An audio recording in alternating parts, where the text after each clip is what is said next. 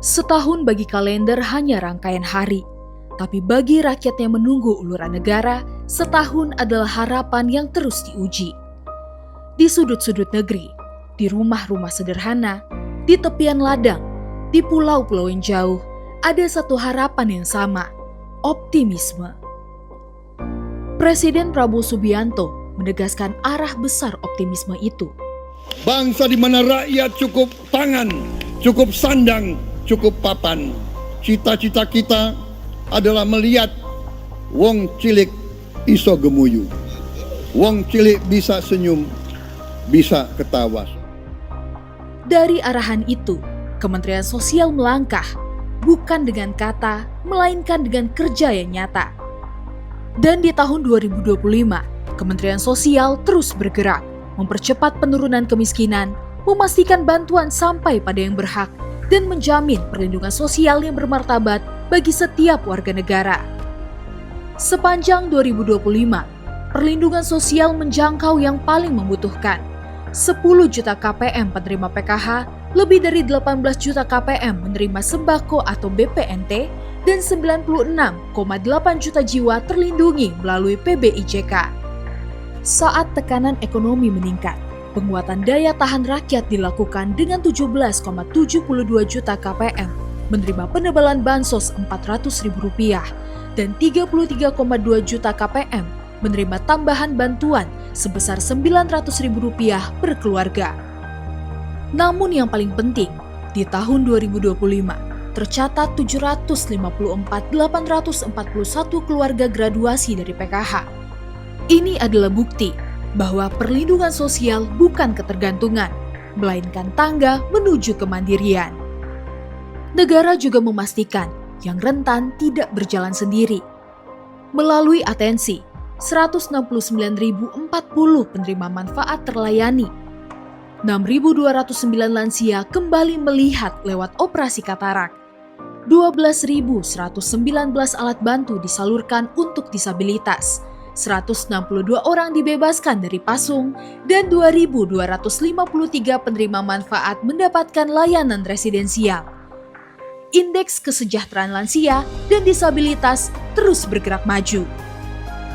Dan 2025 menandai pergeseran besar dari bantuan sebagai penyangga menuju pemberdayaan sebagai jalan keluar. 77.932 keluarga graduasi menjadi pelaku usaha mandiri. 10.276 keluarga menjalankan usaha dari pelatihan dan modal sosial. 2.800 keluarga adat terpencil diberdayakan dan 1.500 rumah sejahtera terpadu dibangun karena bansos sementara, tetapi kemandirian adalah tujuannya. Semua itu diperkuat oleh program strategis. DTSEN sebagai basis data tunggal dengan 12,5 juta KPM telah ground check. Sekolah rakyat sebagai ikhtiar memutus rantai kemiskinan dengan 166 sekolah rakyat berdiri dan menjangkau 14.846 siswa yang berpotensi putus sekolah kini bisa bersekolah lagi. Bansos kini juga semakin tepat sasaran dengan 1.065.708 KPM yang tidak tepat sasaran digantikan oleh keluarga desil 1 hingga 4. Pada 3 Oktober 2025, Kemensos juga melantik 39.500 pendamping sosial menjadi ASN P3K. Saat bencana datang tanpa permisi, negara juga tidak boleh terlambat.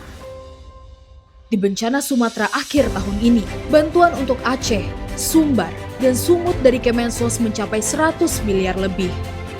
Dapur umum berdiri di 42 titik, melayani 585.000 bungkus nasi per hari.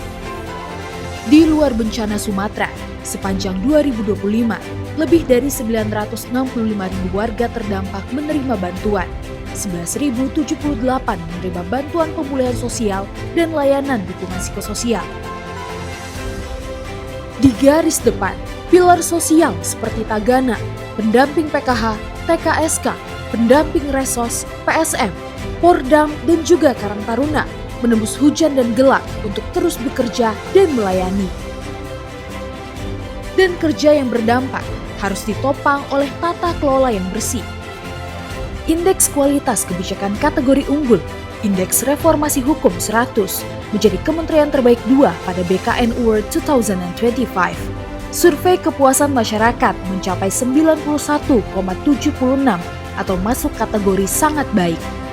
Indeks Perencanaan Pembangunan Nasional 95,33 serta opini WTP dari BPK atas laporan keuangan tahun 2024. Karena ketika data kuat, tata kelola rapi, dan integritas dijaga, negara benar-benar bisa hadir, melindungi, memulihkan, dan memberdayakan. Kemensos selalu ada, bekerja, bergerak, dan berdampak.